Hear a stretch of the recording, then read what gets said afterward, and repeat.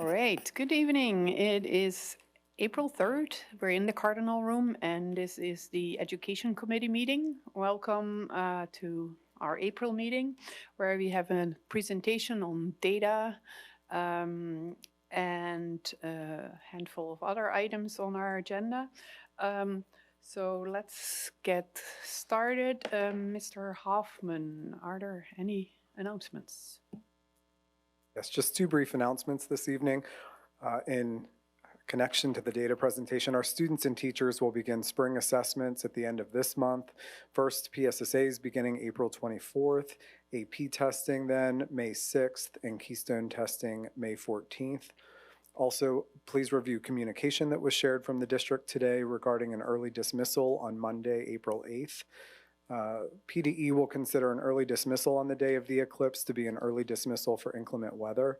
Early dismissal for inclement weather in state code is considered a full day of instruction. That being said, we still do, even though it's an either or now, we still meet both the day and hour requirements with Monday's early dismissal. Thank you. All right, thank you, Mr. Hoffman. Next item on the agenda is the minutes of the March 6th meeting. Members of the committee, did you have a chance to review the minutes? Is everybody good with those? Okay, then we'll pass those on as an information item for our legislative meeting. And that gets us to today's presentation, Cultivating a Culture of Learning, and that is the spring data.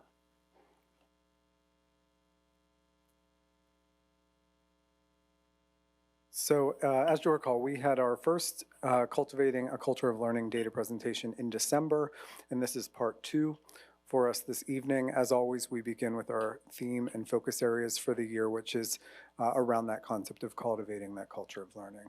So you saw a version of this slide in December, and I wanted to highlight just the purpose of today's presentation. While we're not quite at the story stage at the very end by putting all the pieces together, our benchmarks are continuing to measure students' knowledge on end of year standards. So our benchmarks are helping us at this point in the year see the growth and achievement as we progress through the year.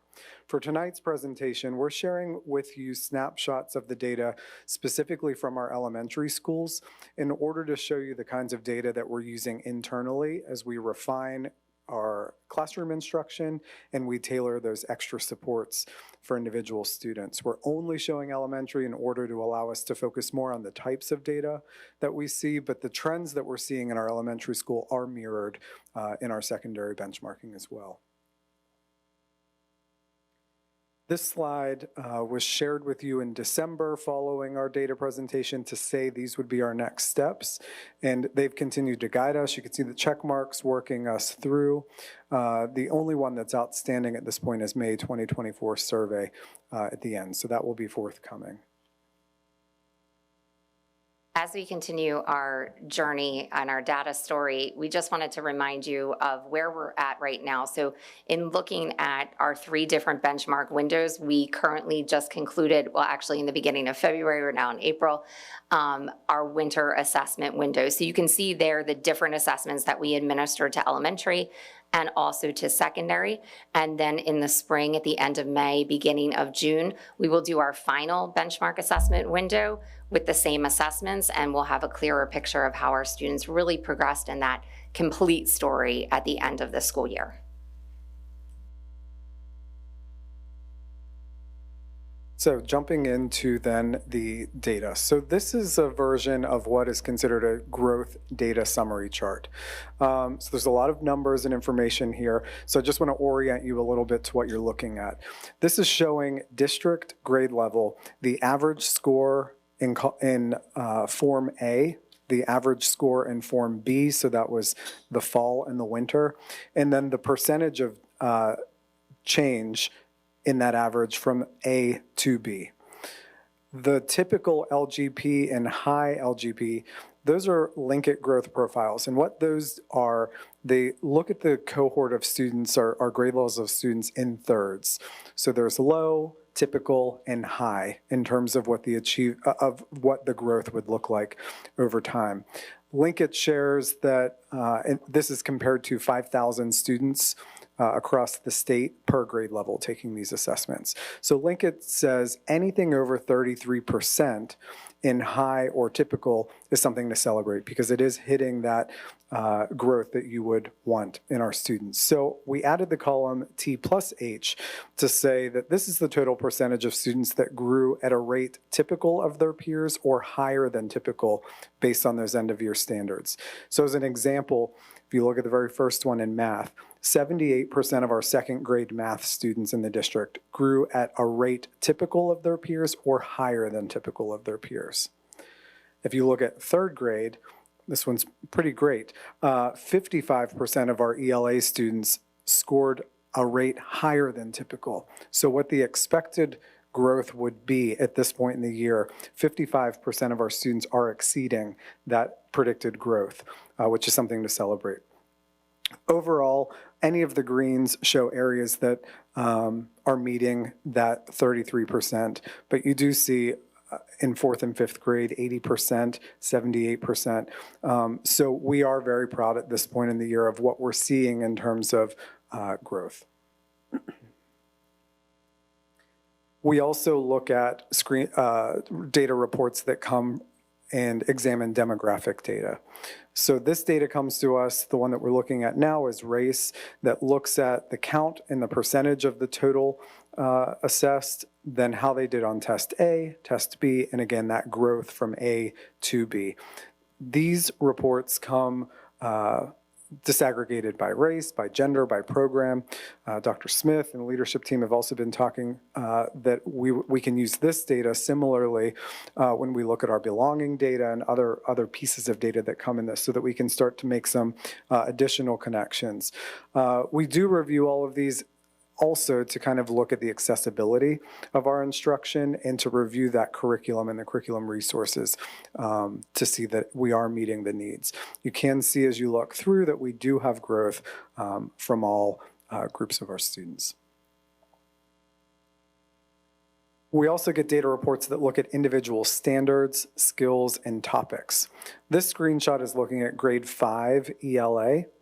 Again, you'll see the growth that we talked about earlier on the right of that screen, the graphic from high, typical, and low. We see this report, we note that our students grow in each standard at the typical or high growth, except that one at the bottom, 1.2.5 point D. So we use that information and then dig into our first, we look at the assessment questions and see were they tricky questions, were there concepts that we haven't taught yet. What we learned earlier in the year was that we were actually assessing some of our topics a little differently than they would be asked on a standardized assessment. So we started to shift the way we were asking questions in our classroom or the way that we were looking at our assessment questions internally. This report's going to be even more valuable for us with your support earlier in the year. As you know, we've been working with EduPlanet, which is our curriculum management system.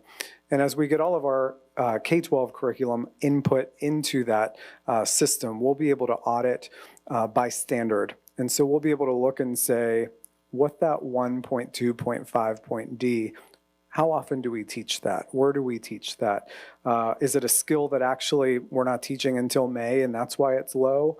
Or is it a skill that we taught once in September and we need to really dig in a little bit further? So this report's going to continue to be much more meaningful to us as we continue to review that. The data and data meeting process, Mrs. Boustet and I were saying, oftentimes the data leads us to just asking more questions and digging in more deeply. So when we see, how did we get 15% growth on that one specific standard?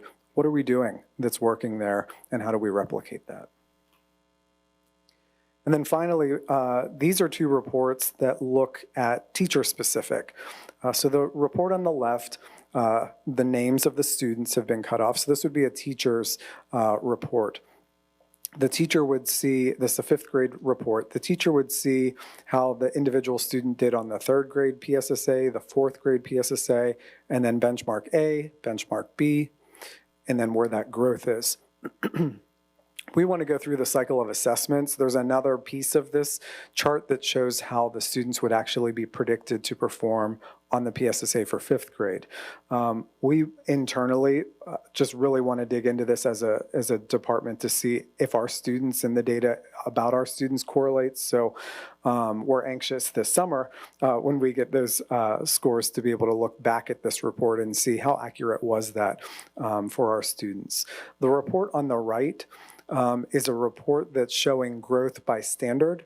And this is for the teacher. So the 3 columns, it's kind of tiny on the screen there, but it looks at how did that teacher's class do on specific standards. The middle is how did the school do on that specific standard, and then the far is how did the district do. So the teacher can look to see how his or her class performed in comparison to grade level peers within the district and across within the building and across the district. And again, that's very valuable as we meet during collaboration and identify some of our best practices. I'm going to now turn it over to Mrs. Poustay, and she's going to share a little bit about what happens once we start to dig into this at the student level. So once we get all of our data at the end of our benchmark windows, we, of course, are having data meetings where we're discussing the data like Mr. Hoffman talked about and looking at what students may need more support in order to make the growth that we expect to see. So on the slide that you see right here, this is just a graphic about what tiered intervention is. This information comes from PTAN, which is the Pennsylvania Training and Technical Assistance Network. It gives us information about the multi-tiered system of support. So there's a link there that if you wanted to spend a whole lot of time, there's lots of links and you can go down the rabbit hole of information about tiered intervention. But essentially, that red tier 1 is your high quality classroom-wide instruction. That's the instruction, our core instruction that we provide for all students. So that is the instruction that all of our students are getting in their classrooms. Tier 2 is more targeted, small group instruction for students that maybe need some more support in specific skill areas to kind of close those gaps. And according to a lot of the MTSS information, PTAN, about 10 to 15% of students would fall in that tier 2 category. And then tier 3 is your more intensive support. That instruction is provided individually, or it could also be in very small groups, again, based on need. And about 3 to 5% of students usually fall within that tier 3 group. Now, as we go through the other slides and the next couple of slides, you may see that our tier 3 percentage of numbers are higher than what is put into this graphic here. And as we're working this year with the reading teacher, our reading specialists, and our elementary teachers, we're really working on the various different interventions that we have for our students and really trying to re-norm and get us back to tiers of intervention and really making sure that we're being deliberate into where we're placing students and what kind of instruction that they need. So we'll see a little bit of that as we go through.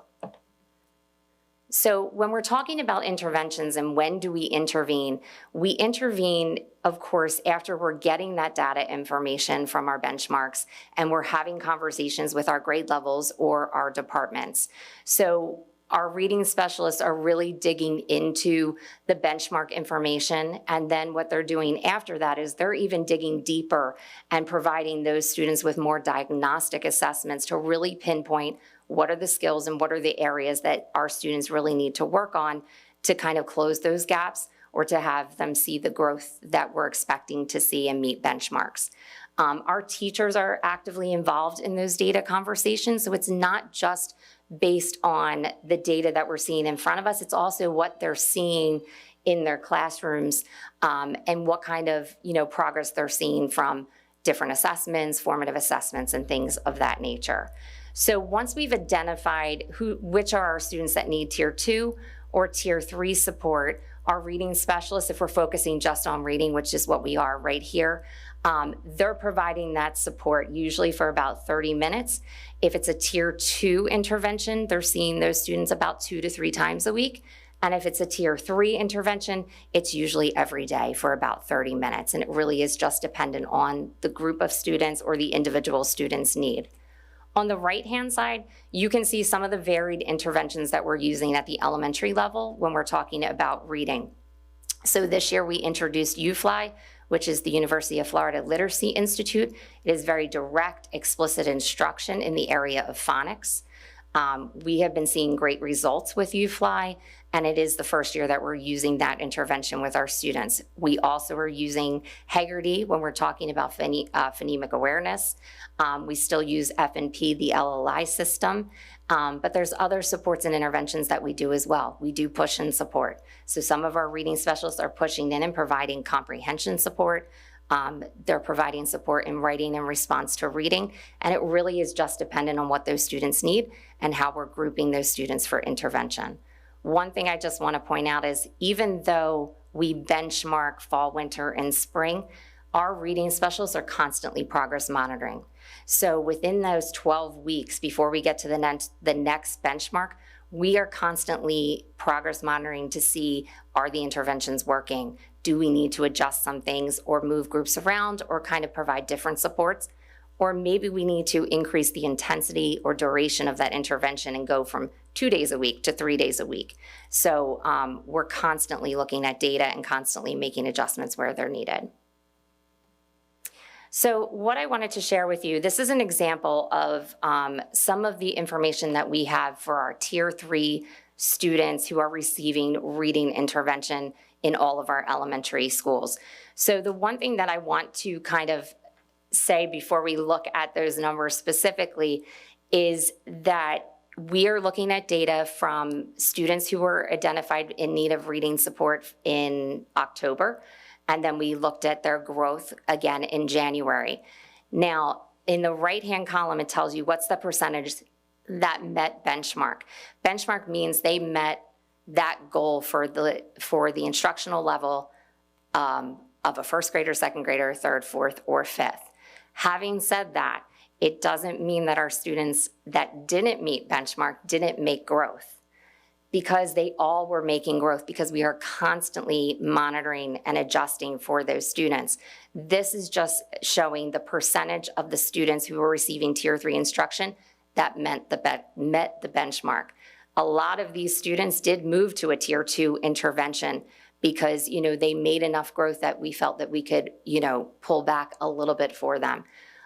You can see this is for all of our elementary schools. So, you know, if you use first grade as an example, 39 students were receiving Tier 3 instruction out of 312 across the district. That's 12.5%. That's definitely more in Tier 3 than, you know, we would like to see. So we're delving a little bit more deeply into that and looking at those students and looking at our core instruction in Tier 1 and seeing, you know, where do we need to address some different things. But 19 of those 39 students did meet the benchmark. But like I stated before, all of our students were making growth, whether that's small incremental or like these 19 students met the benchmark at the end of the fall window. And then just to kind of give you another picture, this is an example coming from Maple Glen. This is their Tier 3 students that you can see on the left-hand side. So you can see the number of students that were receiving Tier 3 intervention, the number of students in that Tier 3 that met benchmark.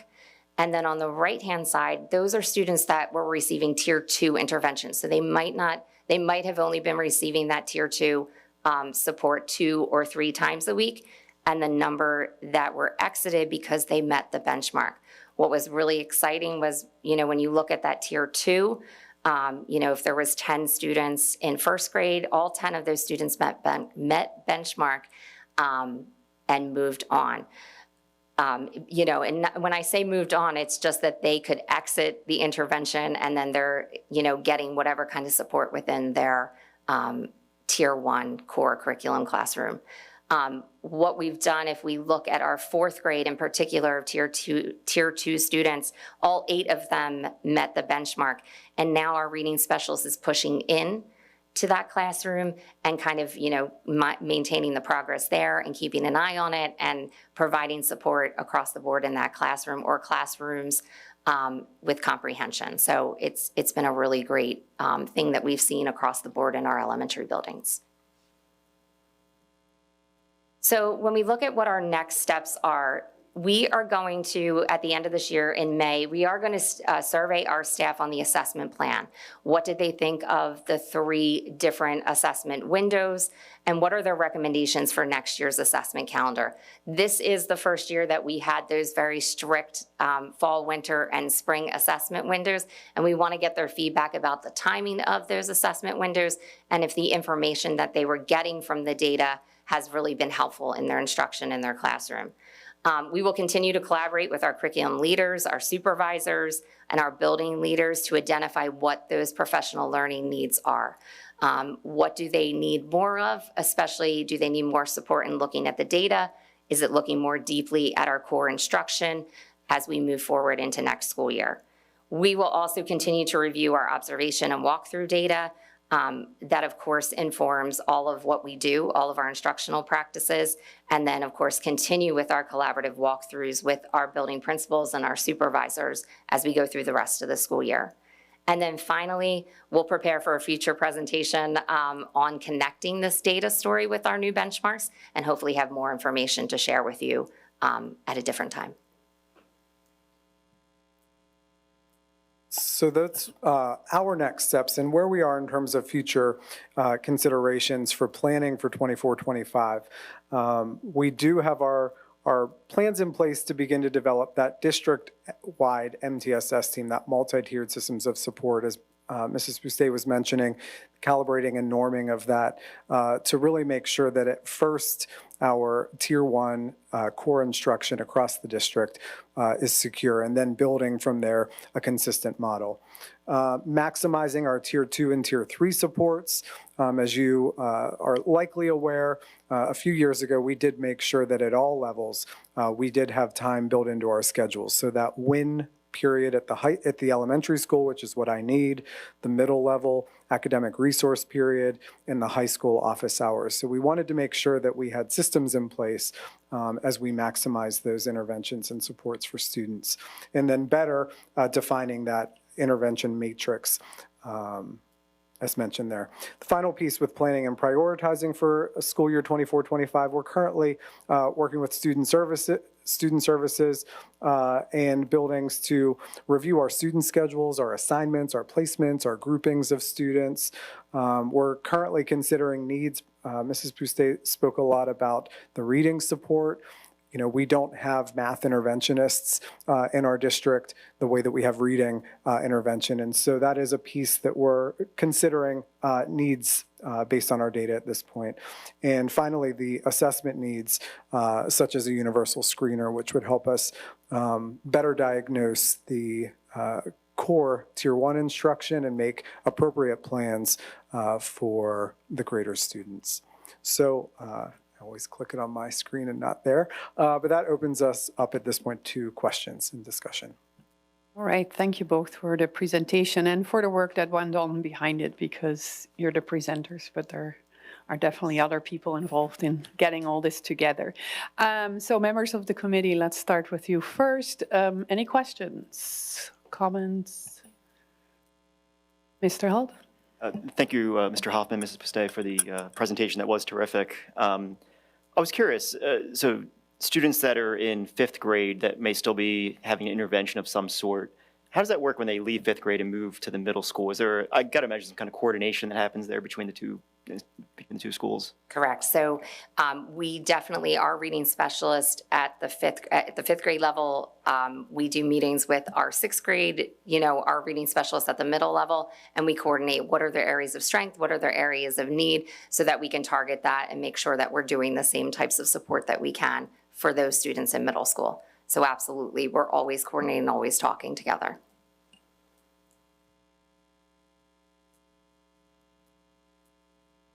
Dr. Thomas. It was really great to see all the improvement that students have made and all the efforts that are being made.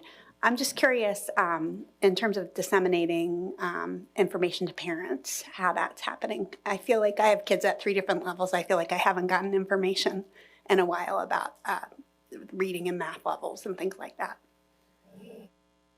So I'll start then if Ms. Boustet, we were both jumping for the mic.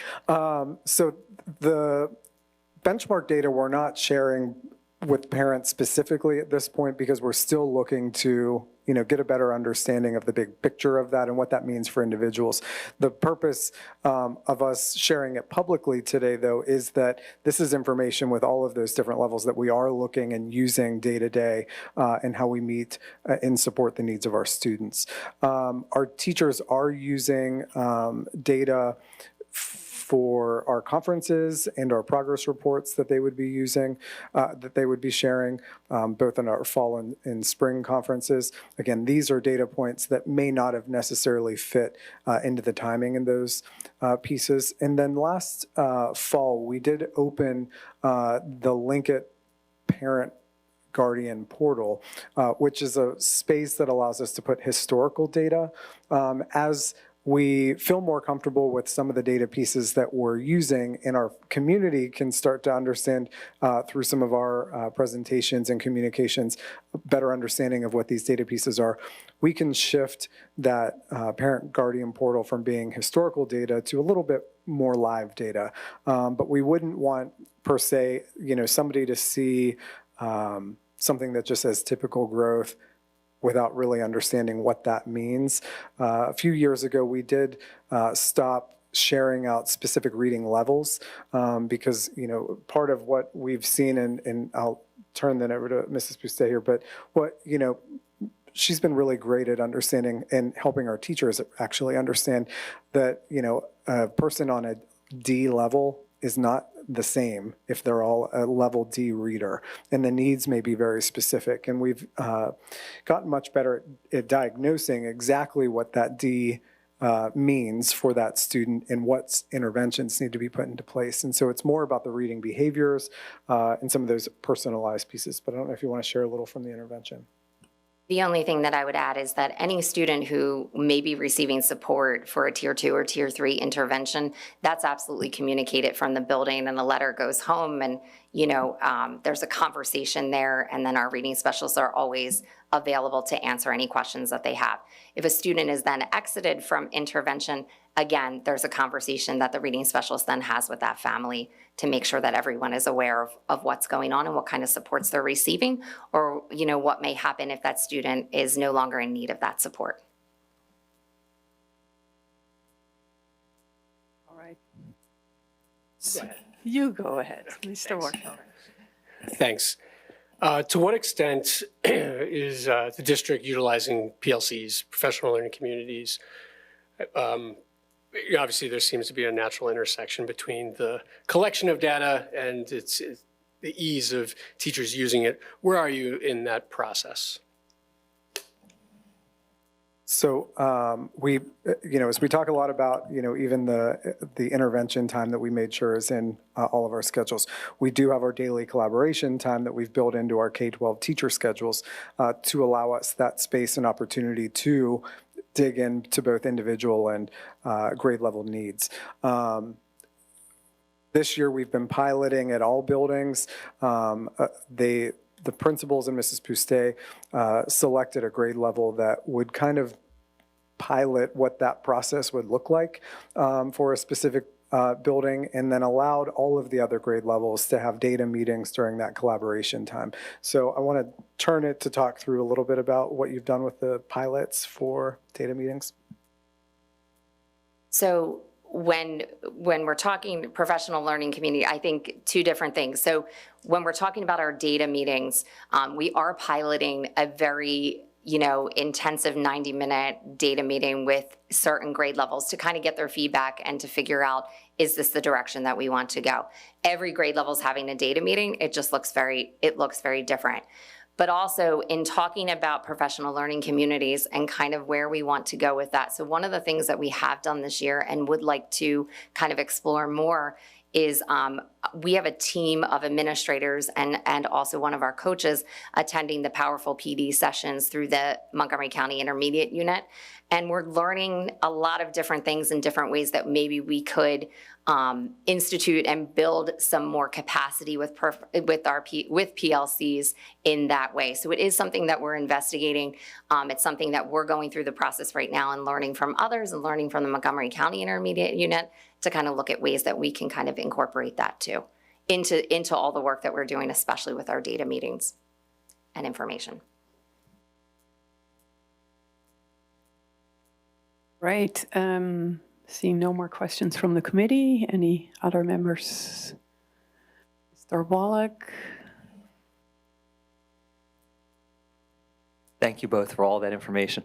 Mr. Hoffman, you mentioned one of the things we're thinking about is needs for math interventionists, and I completely get that. I think that's great that we're thinking about that, but I don't want anybody to have the perception that there is no level of intervention going on at all in math. So could you just flush out, like, is there a tiered system, or what does that look like, even if we don't have specific personnel that are interventionists?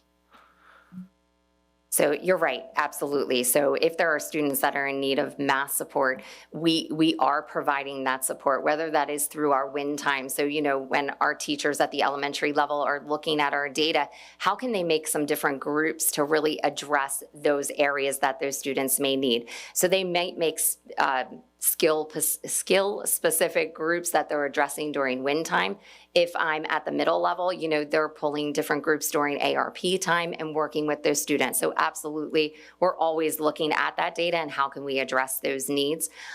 Some of our elementary teachers even have mixed their classrooms up a little bit, right? So if I have students that need this specific skill in measurement, but these other students maybe need some more practice with fractions, how can we separate them to work with different teachers to address those needs during that win time? So we're absolutely tiering that instruction. We're absolutely looking at the data and looking at those needs and how can we address that in our classrooms. Yep. You're welcome. All right, Ms. Ionetti? Okay. Thank you for the presentation. So when you talk about a child being in tier 3 or tier 2 and then they achieve and then they get less supports, are you seeing kids bounce up and down? I would just be concerned that all of a sudden the child's succeeding, they get less supports and now they're failing. And so if you could speak to that. Sure, and that's always a concern. So I look at the 4th grade in particular. So those students that met the benchmark and then they weren't receiving that direct, like, small group instruction because they met the benchmark and were back in the classroom.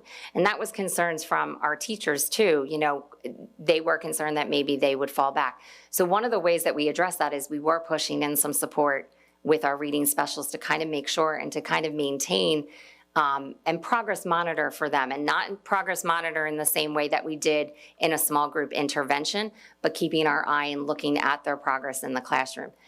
Do we have students that may reach benchmark and then may in turn need support? Yes, it does happen at times, but we're trying as our reading specialists to keep an eye on all of our students that were receiving intervention and keeping that communication open.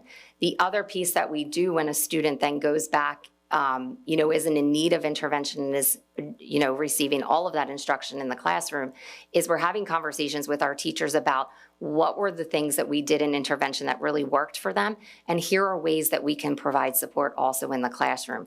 Because even though they might not be getting that pull-out support, our teachers are constantly differentiating that support within their classroom during win time, during small group reading time. They're still, you know, keeping an eye and making sure that they're giving those supports in the classroom in the same way that we would like to in our tiered intervention. Yeah, go for it. Yeah.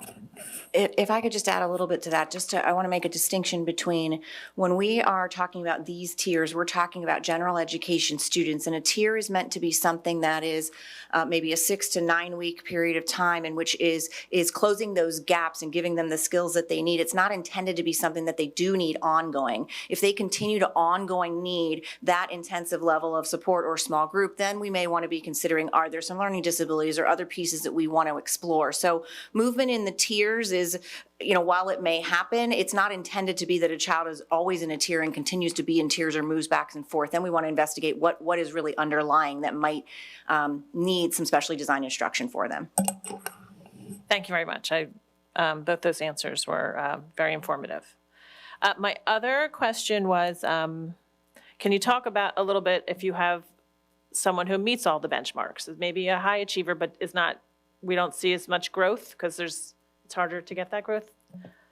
How are we reaching those kids?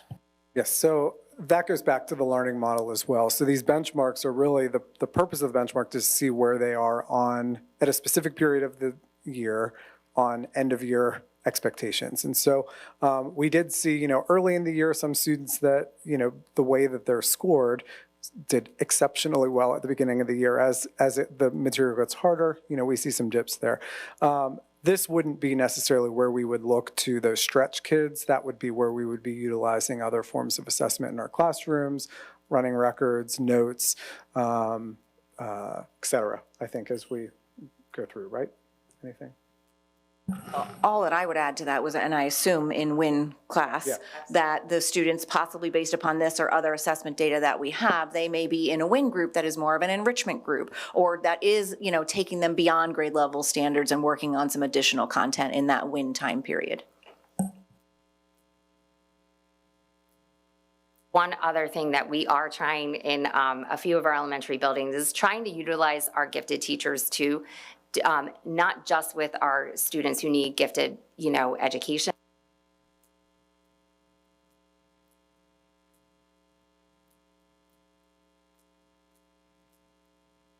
During that WIN time. So just looking at different ways that we can utilize some of our staff in the building during that WIN time to see if we can stretch some of our students too who are showing that on our benchmarks. I think, Mr. Sirota, you had a question? I appreciate this presentation. It shows, specifically because it's telling me about, as a board member, the sorts of data we're looking at and some of the practices and tools and such that data informs. But one thing it didn't show at all that I kind of would like to see, and I know we've talked about it a little bit, but I'd like to put these together, is how are we doing as a district, and what sort of in broad pictures does this inform? So for example, on slide, and my screen just went dark, on slide 9, the teacher report slide, it shows on the right side in the top, there's, our district looks like we're not doing great at renaming measurements to solve problems. And I don't, as a board member, want to get into the details of that specific thing. But that suggests if that's at the elementary level, then maybe when students get to the middle school, they may have a weakness there. So how are we addressing that? Like, what are the big picture things that are informing? We're looking at changing curriculum because this one doesn't seem to do very well there, or we're looking at supplemental materials so that when they do transition to the middle school, we've made up that deficit, or those kinds of things are things I think would be helpful as a board member to see. Yes, and so some of these topics, as we mentioned, Mr. Sir, they're not yet topics that we would have addressed yet. And so that was the first thing that Mr. and I went through whenever we started to look through some of the topics. So that is a piece of the puzzle. We then start to look through the vertical articulation there of what does that look like then whenever we get to middle level, and how does that change? One of the standards we actually went down, and he was very upset because it's a topic that our teachers have been very passionate about, and then we looked at the question, and it was a tricky question. There was only one question on that standard. So we're looking, at a very specific level. We also are looking at our IXL data to see where specific students are performing in connection to this. In terms of how our students are doing overall, at this point in the year, I want to get back to my slide, at this point in the year, based on the performance of our students at this point in the year with no further instruction, we would be at 80% proficiency from grades 2 to 5, so an average of 80% across the board. Our ELA is around 67% from 2 to 5, both of those increasing about 15 to 20%. So our proficiency on overall grade level standards is at a proficient place for where we'd like to be at this point in the year. Any other? Ms. Evans? Yeah, so I have one question sort of along the lines of what Mr. Sirota mentioned, which is, is it appropriate to come up with, sort of action plans, for lack of a better word, for some of these, to say concretely, okay, the data informs us about X, Y, Z, so we translate that into action plan / goal? I mean, again, as a board member, that's what's probably most helpful for me, and I'm just used to that in sort of the corporate world. The other question I had was, this is obviously, focused on elementary data, and I may have missed it, but are we going to do a similar thing on secondary as well? Were those both? Yep, that's okay. it. All right, I don't want to. So the purpose today being that since this is a mid-year report on where we are with this new benchmarking system, we wanted to show the board the types of reports that we're seeing. The secondary window closed a hair later than our elementary, so we were able to dig through the data in anticipation of this presentation a little bit better. But yes, our goal then would be, once we have our third wave of assessment, which is end of May, beginning of June, we'll be able to put all of that together. Unfortunately, we won't have an ed committee at that meeting by that point. So in September, when we typically kick off ed committee with, here's where we were at the end of the year, what we've done over the summer, and what are our goals looking forward to be, we're anticipating that we'll be able to bring a lot of K-12 data to that meeting that will help some of those action planning points that you're making to show what we learned when we looked at the end of June and how we planned forward and what our very specific plans are at a very specific student level. Those kind of, here's what the data is saying, what does it mean, now what, is part of those data presentations and the collaboration meetings that are happening at the student level. Some of that does inform kind of bigger goal areas. Obviously, whenever we see, particularly this time of year preparing for PSSAs, if there are certain topics that we know we've addressed, then that does cause us a little bit of pause to make some more specific and urgent action.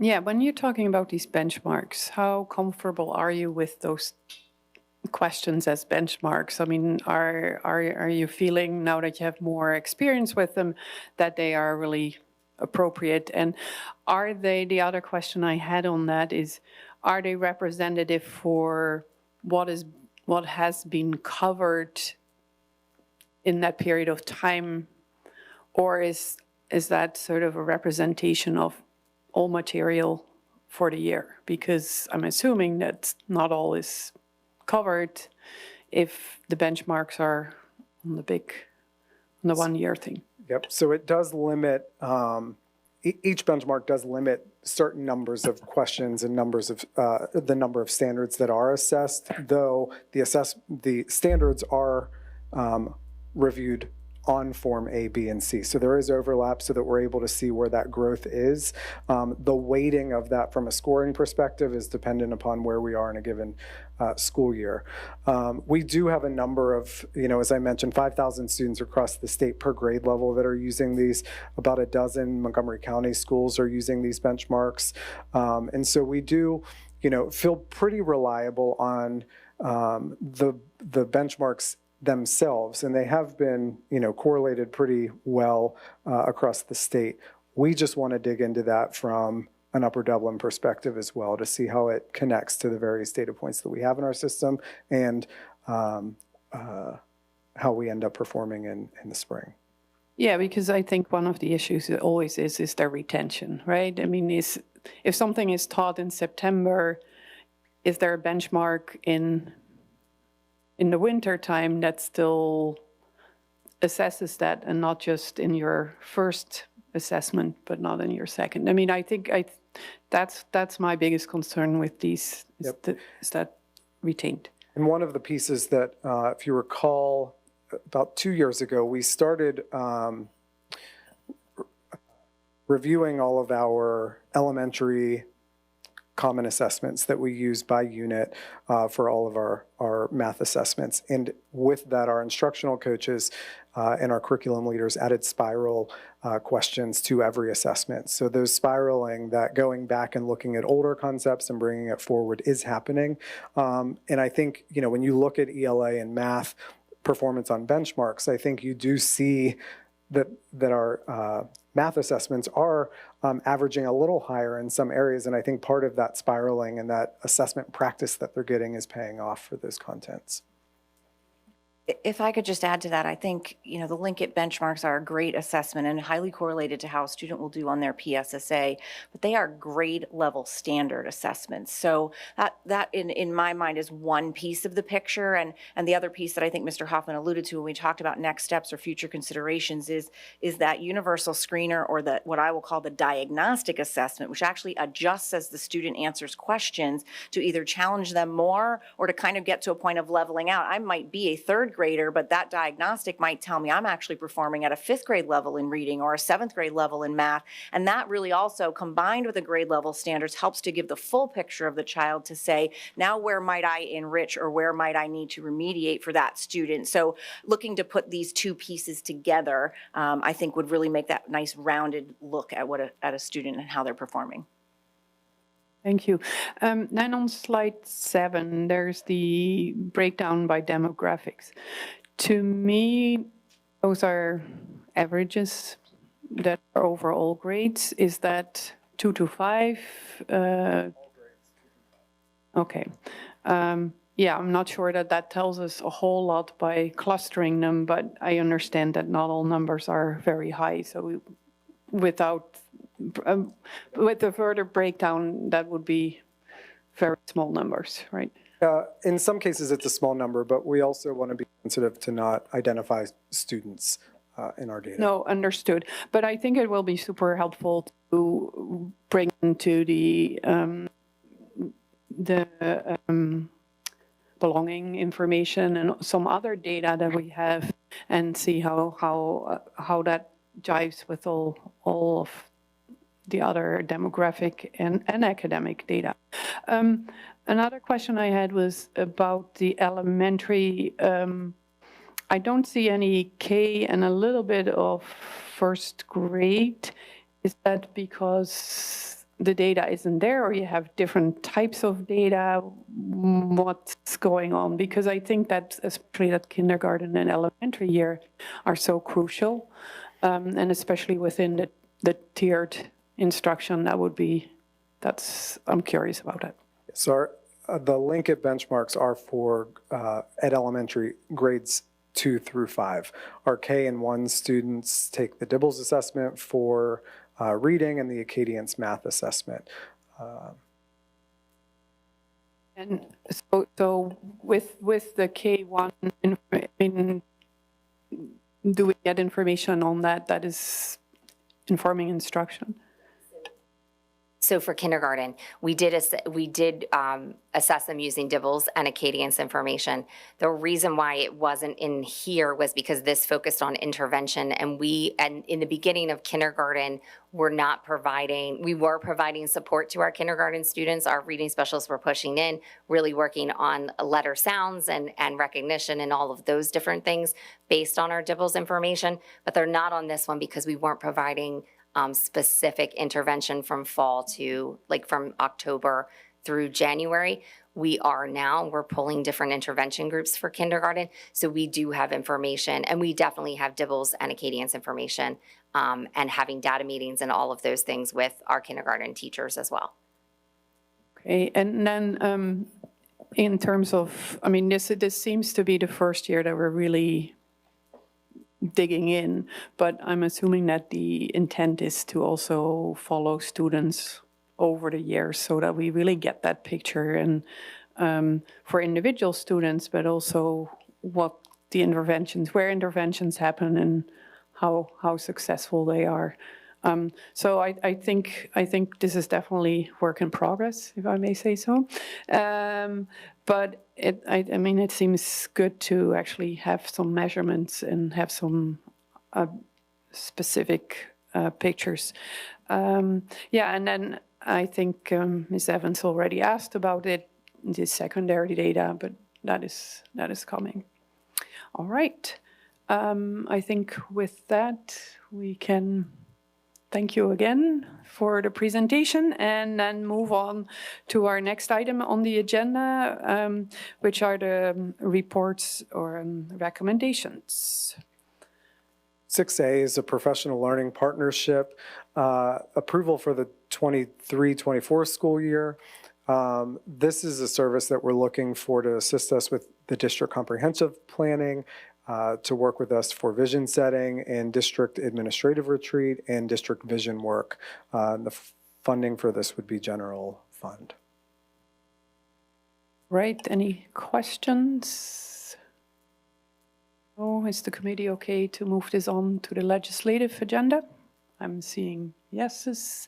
All right, then let's do that. Then conferences, any comments on that? A few of these are for new AP courses that we'll be teaching and offering next fall, as well as some annual conferences and Women's Caucus Conference for PASA for 4 of our administrators. Right. Any comments, questions? Yeah, I had a couple of questions about the AP. I think there were 2, both from done at LaSalle. Why is there a price difference? I thought all the APs were the same cost. So the one for both of them look like they're online, the African American Studies and the Psych. Vandergrift, do you happen to know? Let me, I'll look if I see it before the end of the meeting. If not, I'll report back at legislative. And then the capstone also has a different price, but I think that may be done in a different format.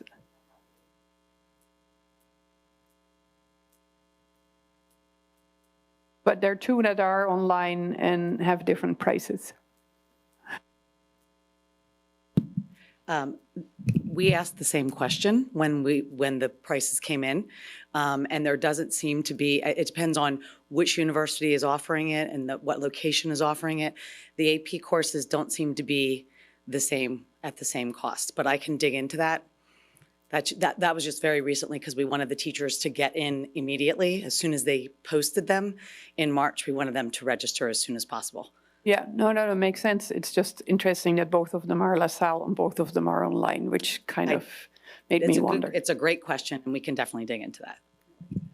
And I do want to thank Dr. Smith about the initiative for the Women's Caucus Conference. I think that is an opportunity that is very encouraging, and I hope it will be worthwhile, and perhaps we'll hear some little presentation on it as well. So can we move that on to legislative? Yes. All right, then we'll do that. Then that gets us to the IEP writing software.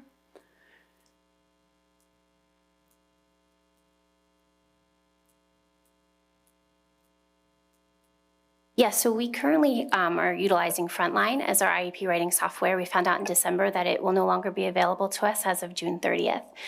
So over the last 2 months, we were taking a look at alternative programs that we can bring in for July 1. So after careful consideration, we got feedback from teachers, we did demos. We'd like to move forward with IEP Writer for July 1st. That will cover our 504 IEPs and gifted IEP for our software moving forward. So it'll be an increase of $14,000 for the first year because we're taking a look at what we were paying for Frontline. For the second year, it would be $10,000. All right, thank you. Questions, comments? Dr. Thomas? Just because I am an IEP Writer user, also a PowerSchool user, did you guys look at PowerSchool as well? We did not. We looked at Infinite Campus, which is what we currently have now, and then we looked at IEP Writer just because the amount of districts that it's in within Pennsylvania. Yeah, and I think the purpose is to really make the writing more consistent and more manageable over the years of a student's IEP, right? All right, any other comments? Can we move this on? Yes, all right.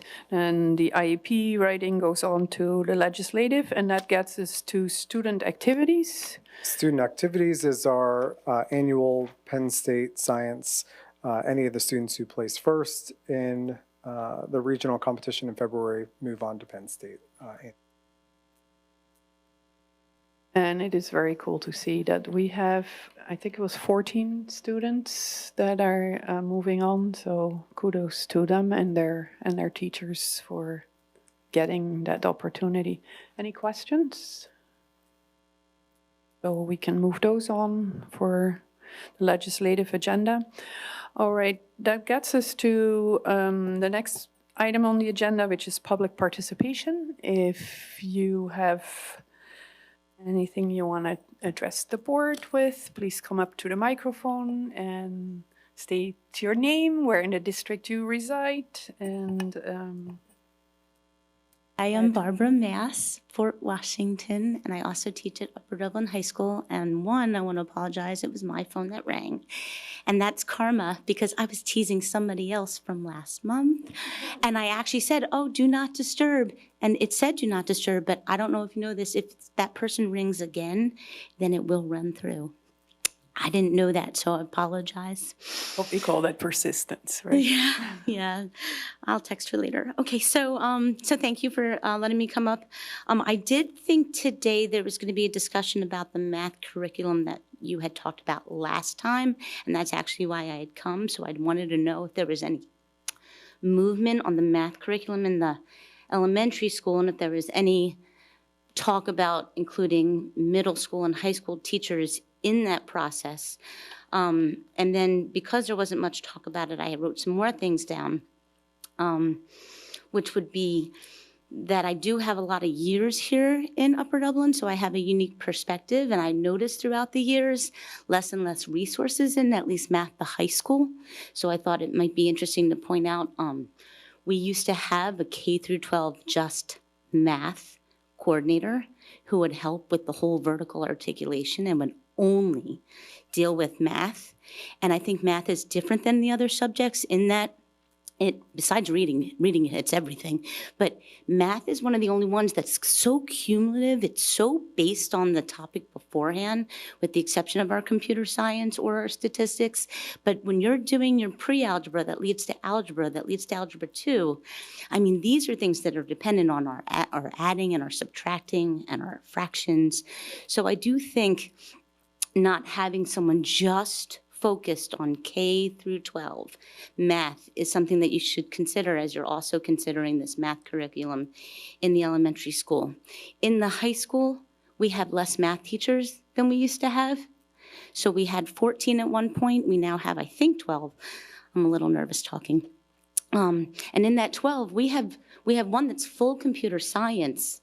So that's not someone that's teaching the other math courses that you're used to hearing about, Algebra 1, Algebra 2, Geometry, Pre-Calc, Calculus. We do now have college prep, which is wonderful. We have statistics, that's an elective. But I do feel like we have less math teachers than we had before. That it's a fact. Besides also having less time teaching. But that's a scheduling thing. That's another day. We used to have something called TLC, which in this room, if you could picture it, there would be a math certified teacher. So now this room gets used for people taking tests, which is wonderful. You can send someone here for small group. They can make up a test. I wouldn't want that to be taken away, but cut it in half and get someone in the other side that's a math certified teacher so that there's someone who has a study hall, but it doesn't match up with the teacher's study hall. They can come in and they can get help during the school day, because we do help before and we do help after, but we don't have to, right?